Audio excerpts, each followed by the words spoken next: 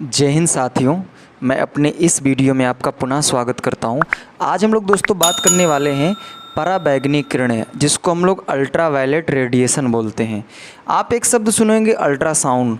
Ultrasound में होता क्या है कि जिससे हमारे पेट में अगर कोई प्रॉब्लम आती है तो हम लोग अल्ट्रासाउंड करवाते हैं। जैसे पथरी शब्द आप सुने होंगे, पथरी होता है या फिर गिल्टी होती है, या फिर ऐसे कोई भी प्रॉब्लम अगर पेट के अंदर आंत में सूजन आती है या फिर आंत फंस जाती है, तो अगर इस तरह के हमारे अंदर समस्याएं होती हैं तो हम लोग अल्ट्रासाउंड करवाते हैं। तो अल्ट्रासाउंड में जो मेन भूमिका निभाता है वो होता है पराबैंगनी किरण, जिसको हम लोग अल्ट्रावायलेट रेडिएशन बोलते हैं। तो इसको आगे मैं बाद में बात करूंगा, पहले इसमें कुछ इंपॉर्टेंट पॉइंट में बात कर लूँ।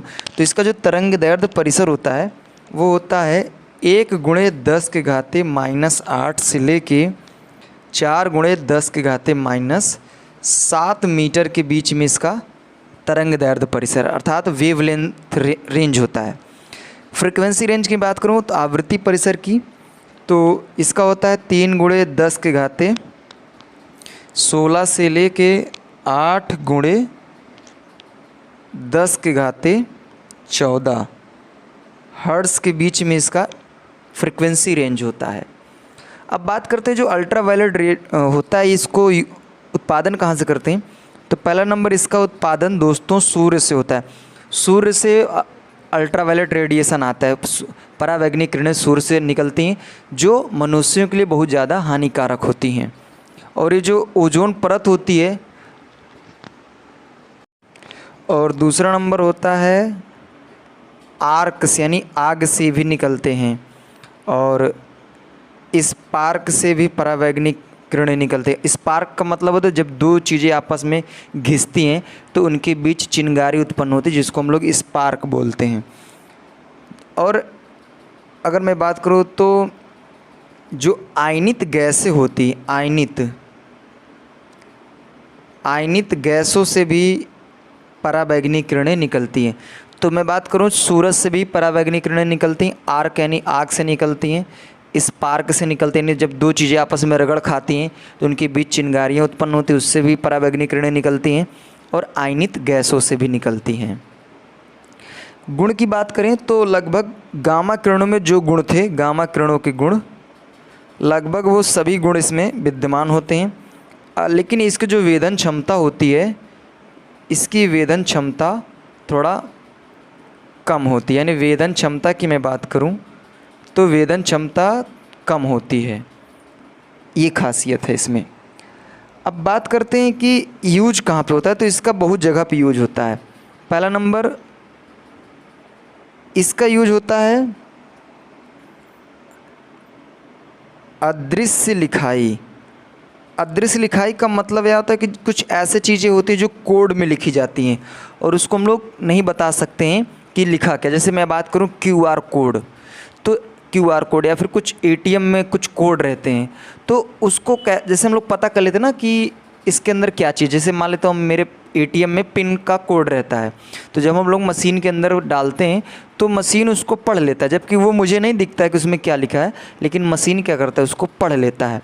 तो वो अदृश्य है, यानी दिखता नहीं लेकिन उसको पढ़ लेता है। तो पराबैंगनी किरणों का उपयोग अदृश्य लिखाई में इसका यूज करते हैं, यानी किसी चीज़ को जो दिखता नहीं है मुझे, उसको भी ये पढ़ लेता है, तो वहाँ पे इसका यूज करते हैं अदृश्य लिखाई को देखने के लिए। उसके बाद नकली दस्तावेज, जैसे नकली दस्तावेज जो होते हैं उनकी जांच करने के लिए इसका यूज करते हैं। और अगला नेक्स्ट है कि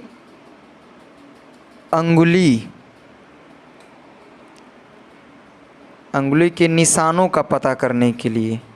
जैसे अभी प्रेजेंट टाइम की मैं बात करूं तो आधार कार्ड है, जिसके थ्रू हम ये पता करते हैं कि आप ही का मतलब अंगुली का निशान है कि किसी और का। तो ये जो हम लोग सही गलत की पहचान करते हैं वो दोस्तों पराबैंगनी किरणों के थ्रू करते हैं। अंगुली के निशानों का हो गया। फिर उसके बाद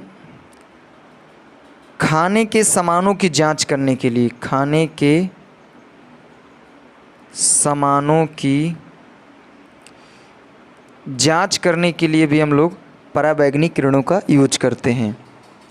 और जल शोधन में, अर्थात जल को प्योरीफाई करने में इसका यूज करते हैं। और जब सबसे इम्पॉर्टेंट इसका यूज होता है मेडिकल क्षेत्र में, मेडिकल यानी चिकित्सा क्षेत्र में इसका यूज होता है।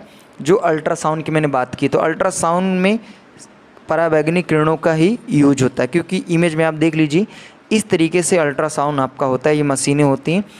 देखिए होता क्या है कि जैसे मान लीजिए आपके पेट में अगर कोई प्रॉब्लम है तो अल्ट्रासाउंड करवाने से ये पता चलता है कि वो रियल में जो प्रॉब्लम है वो कहाँ पे है।